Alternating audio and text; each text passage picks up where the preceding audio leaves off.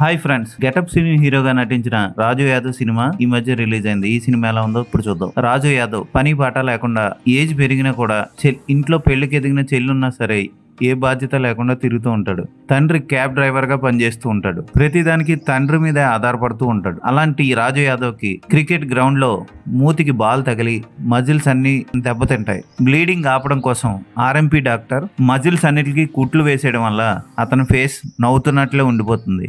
అలాంటి సమయంలో అతను ఒక అమ్మాయిని ప్రేమిస్తాడు. ఆ అమ్మాయి వద్దంటున్నా సరే ఆ అమ్మాయి చుట్టూ తిరుగుతూ ఉంటాడు. ఆ అమ్మాయి మందు తాగేసి ఫ్రెండ్స్ తో తిరుగుతూ బాగా పాడైపోయిన సాఫ్ట్వేర్ జాతికి చెందిన అమ్మాయి. అయితే ఆ అమ్మాయి తాగిన మైకంలో రాజు యాదవ్ తో కలుస్తుంది. కలిసిన తర్వాత అది లైట్ తీసుకో, నాకు ఆల్రెడీ లవర్ ఉన్నాడని చెప్తుంది. ఫారెన్ వెళ్ళిపోదాం అనుకున్న రాజు యాదవ్ చివరిసారిగా ఒకసారి తన లవర్ స్వీటీని ఒకసారి చూద్దామని వచ్చి ఆ అమ్మాయి అతని బాయ్ ఫ్రెండ్ తో తిరగడం చూసి తట్టుకోలేక ఏం చేసుకున్నాడు అన్నదే మిగిలిన కథ.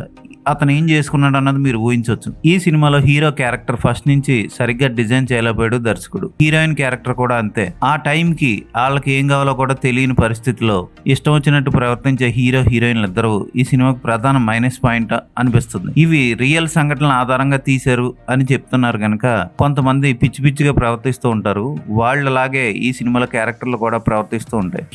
హీరో ఫ్రెండ్స్ హీరోని ఎంతగానో సపోర్ట్ చేస్తూ ఉంటారు. కానీ ఒక్కసారి కూడా హీరోని మంచి మార్గంలో వెళ్ళమని చెప్తున్నట్లు అనిపిస్తుంది. ఎందుకంటే అందరూ ఎప్పుడు తాగుబోతు పనులు చేస్తూ ఉంటారు. హీరోకి కుట్లు వేయించడానికి ఆర్ఎంపీ డాక్టర్ దగ్గర తీసుకెళ్లిన హీరో ఫ్రెండ్స్ హీరోని పట్టించుకోకుండా గచ్చు తుడిచే పని మనిషిని చూస్తూ టైం పాస్ చేయడం దర్శకుడుకున్న టేస్ట్ ని తెలియజేస్తుంది. అలాంటి సీన్లు ఉంటాయి సినిమా అంతా.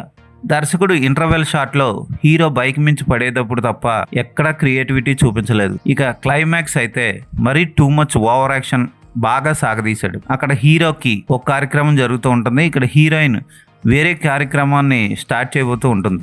మనం RX-100లు మంగళవారం సినిమాలు చూస్తుంటాం. ఆ రెండింటిని మిక్స్ చేసేసి కొత్త క్యారెక్టర్ని క్రియేట్ చేసేసి రాజు యాదవ్ని తీశాడు దర్శకుడు. ఏమంత గొప్పగా ఉండదు. ఆ పాటలు కూడా బ్యాక్గ్రౌండ్ స్కోర్ కూడా అంత గొప్పగా ఉండవు. పోనీ డైలాగ్స్ ఏమైనా బాగున్నావు అంటే అవి బాగోవు.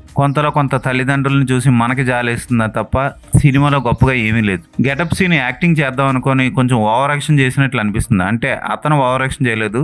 అక్కడక్కడ ఆ ఫేస్ అలాగే ఉంచుతూ కొన్ని చోట్ల ఏడుపుని క్రియేట్ చేయాల్సి వచ్చినప్పుడు అతను ఫెయిల్ అయ్యాడనే చెప్పాలి.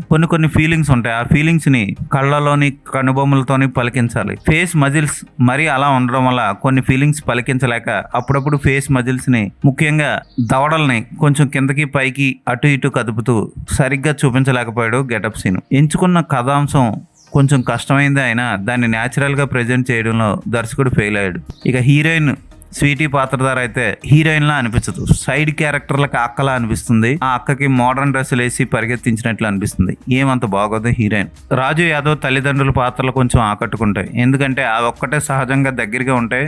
డైలాగ్స్ కూడా చాలా న్యాచురల్ గా ఉంటాయి. ఈ సినిమాకి నేను ఇచ్చే రేటింగ్ 2/5.